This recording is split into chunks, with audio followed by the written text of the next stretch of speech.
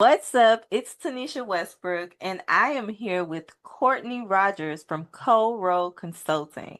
And today we're going to be talking about the leadership leap. Now, Courtney, I want to get straight into it. So, I have a question for you.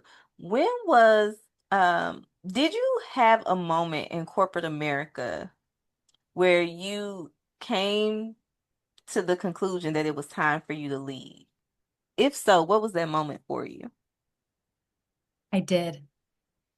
And for the first time in my life, I listened to my intuition and I followed my gut when it said, now's the time. So I started my career as a naval officer 25 years ago, and I've had an incredible journey with some different opportunities in the nonprofit world, working for a couple of different agencies. And my last job was at an agency job. And I really loved the people that I worked with. I loved the mission. It was a fully remote team. I got to really dig into my culture skills. But I realized I was putting a ton of my energy into trying to do things differently, and it just wasn't going to work. And I didn't get mad about it. I didn't take it personally. I realized I want to do this for myself. And so it was 1 year to the date that I started. I gave my 2 weeks notice.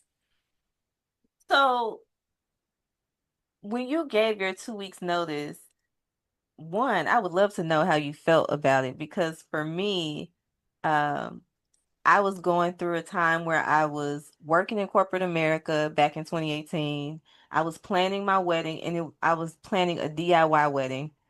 And I was running a business on the side. And at the time, I started breaking out into hives. So I had these full body hives, and I would have a new batch like every 2 to 3 days. So for me, I was like, I need to make a decision on something because my health was suffering. And so that was my breaking point in corporate America. Now, for you, you mentioned that at the time you wanted to do things differently. What do you mean by that? What were some of the issues that were coming up or um, problems that you felt came up when you were in corporate America? Like, what are some of the things that we deal with?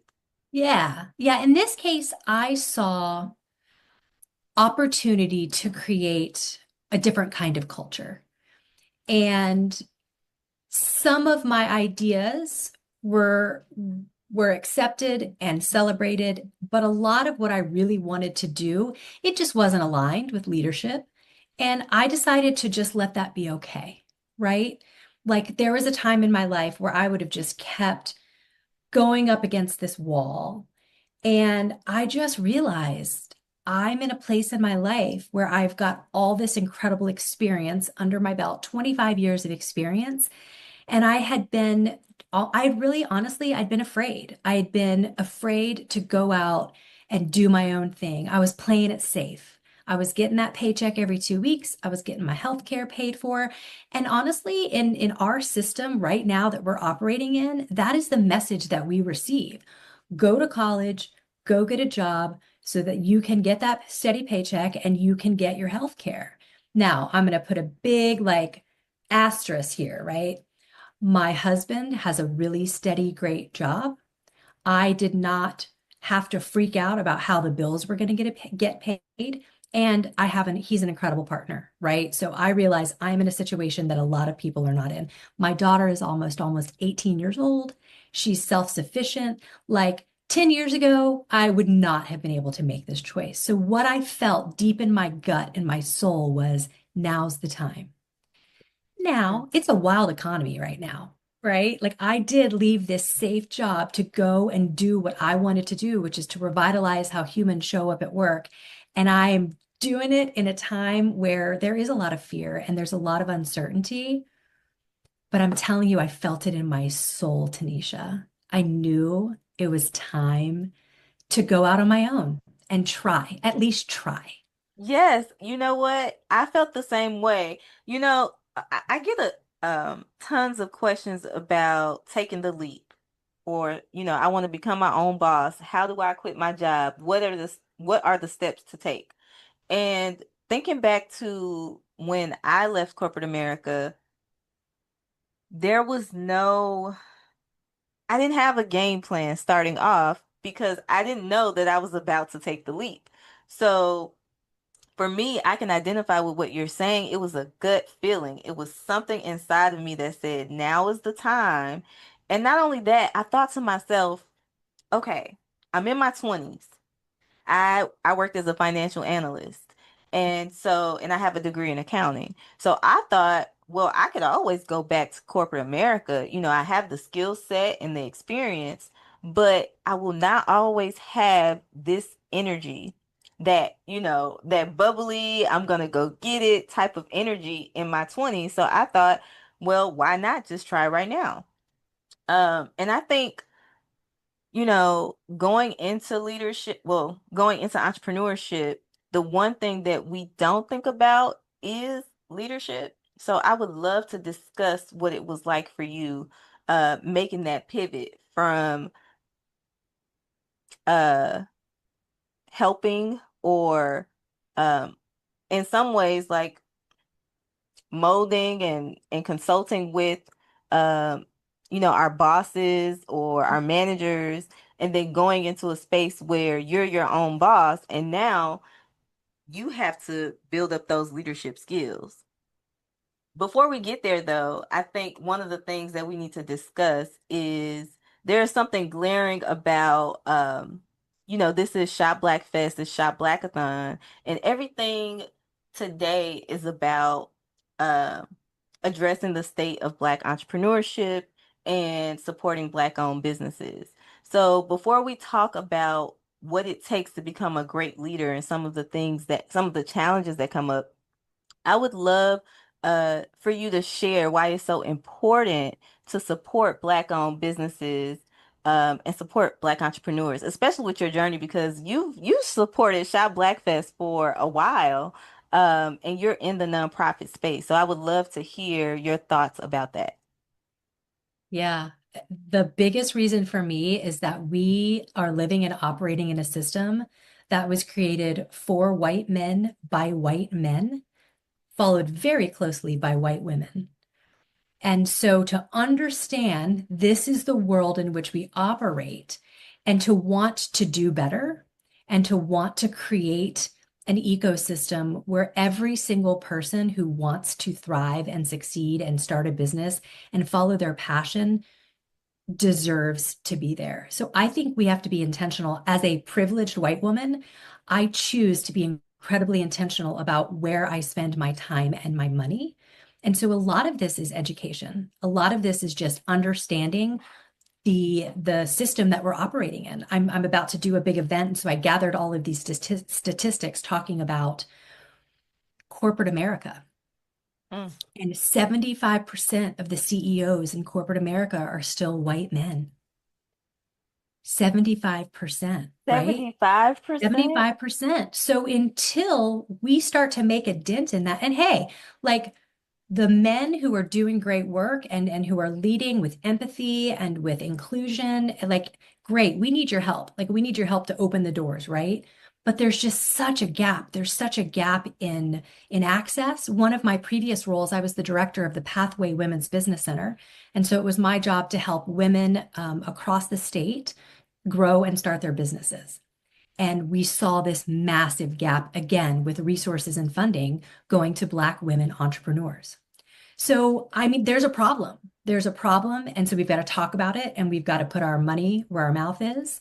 And I genuinely, I am so grateful for everything that I have learned from all of my Black entrepreneur friends that I have followed. And I'm so inspired. I've been inspired by you, Taniesha, for years when I first met you, especially because like you're young. You took the leap in your 20s. I'm pushing 50. So I waited, a little bit later, but I'm just so inspired by you and your passion. And I know how important this is. And I know that when we get folks who know how to do the work, who are doing the work, who are incredibly creative and incredibly brilliant, when we support them, that's how we change the world. Yes, now I'm sitting over here. I'm like, don't get emotional, Tanisha. I see the tears like forming in my tear ducts. I'm like, oh my gosh. But thank you for that, Courtney. I thought it was important to start off the conversation and include that because when we think about supporting Black entrepreneurship and all of the disparities that you mentioned, it's important to know that we it's going to take more than the Black community to close the gap, right? So it's so important to build relationships with people who might not necessarily look like you or have the same background as you, but if you all have the same goals, then there's some alignment there. And I think it's important for us to showcase what it looks like to be more unified, especially in a time like this. And that, Especially in a time like this. because it is crazy out here. It's crazy and it's so targeted, right? So Hmm. 300,000 Black women are without jobs since January because of the attack on DEI. It's a bold attack on Black women. Yes, it And is. we got to talk about it. And, I need to talk about it a lot more. Like, this is not your responsibility and every Black woman in America's responsibility. It is my responsibility because I'm protected by my white skin. Yes, I'm a woman, so they're coming for me, right? But they're not coming for me in any way like they're coming for you. I appreciate you saying that because there's one thing to be supportive behind the scenes. There's another thing to use your platform and your privilege to speak out, and educate people. So, I appreciate you, Courtney. Now, one of the things that I was thinking about, when you were just speaking was that a lot of this, what we're discussing, is leadership, right? So you mentioned that I started in my 20s. I didn't know what I was doing. I'm still some days waking up like, God, what did I get myself into with, the not only just being a Black entrepreneur, but the weight and the responsibility of having people watch me and be inspired by me. And I don't take that lightly. So when it comes to leadership, I would love to discuss from your perspective, what is leadership to you? And and not only what is leadership to you, but when it comes to taking that leap from corporate America to entrepreneurship, what are some of the things that you think defines a great leader? And I'm asking this because just to give y'all context, when you take the leap into entrepreneurship, the last thing that you're thinking about is I'm going to have to lead people. Usually, when you're thinking about starting your own business, you're thinking, okay, I want financial freedom. I want to be my own boss. I need to make extra money because I have children, or, I have other responsibilities. So you're not thinking about, okay, I actually have to show up and be a leader in my company, in the community, and what that takes. Yeah, So what are I your thoughts? I think that leadership starts with self-leadership. I think the strongest leaders are self-aware. They understand the power of authenticity, vulnerability, and the best leaders show up as a human being who doesn't have all the answers, who is not afraid to ask for help, but who has a passion and a purpose for whatever it is that you want to do. And it does not matter if you are creating something, if it's a service, if you're consulting, it doesn't matter. If you have not done the work to figure out who you are and what makes you tick, I don't think that you're going to effectively be able to lead yourself or other humans. And I'll not get political anymore, but I think that what we're seeing right now, unless you want me to, I always can. But what we're seeing Go right for now, it. Hey, go for it. This conversation is needed. And yeah. we are not afraid to discuss Good. it. So say whatever it is that you need to. Thank you for that. Yeah, fear doesn't serve anyone, right? What we're seeing right now in our country and in corporate America, they are running parallel to each other. The people with the most power, again, are white men. They are consumed with power. They are not thinking about what an actual leader does, and that's, take care of your whole community. That's put yourself on the back burner and make decisions that will benefit society as a whole. And that's because they, the modeled behavior that they are living by was, again, created by white men in this structure, in this system that was meant only for them, right? So until you step back and you first have the awareness to go, wow, I am not doing my best as a leader, you're never going to change. And until we hold them accountable to say, we're not doing this anymore. We're not playing small anymore. We're not operating in a system that was built for a small, like they're not the majority anymore, right? But yet they still own the majority and of the power. So much of this comes down to self-awareness and vulnerability. And vulnerability is a gift. Vulnerability is a strength. When you can show up and say, I don't know what I'm doing. I need your help. That doesn't make you weak.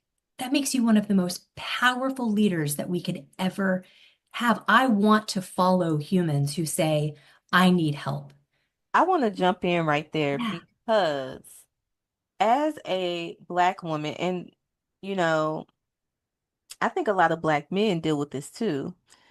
The worst thing in our community, from how we've been conditioned, is to ask for help.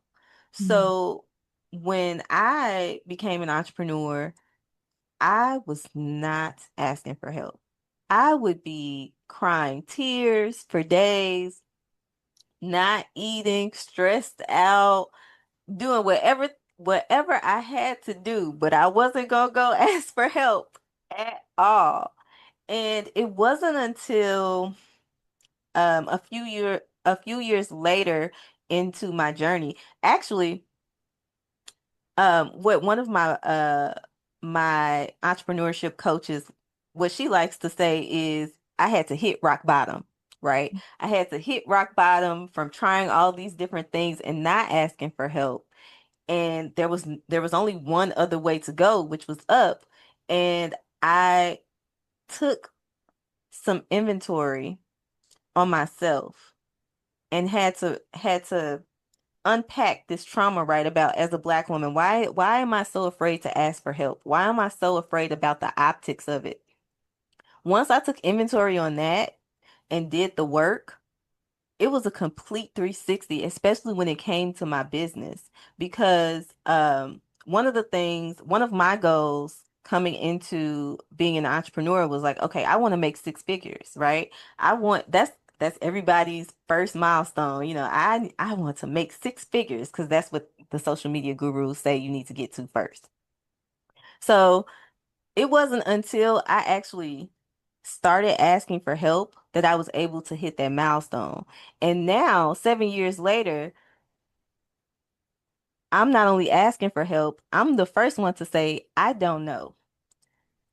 I want people around me who are smarter than me, who have more experience than me, because that is what being a leader, good leader is all about. Like you mentioned, if you are a new business owner and you're watching this and you're like, okay, I need to become a leader. I need to become a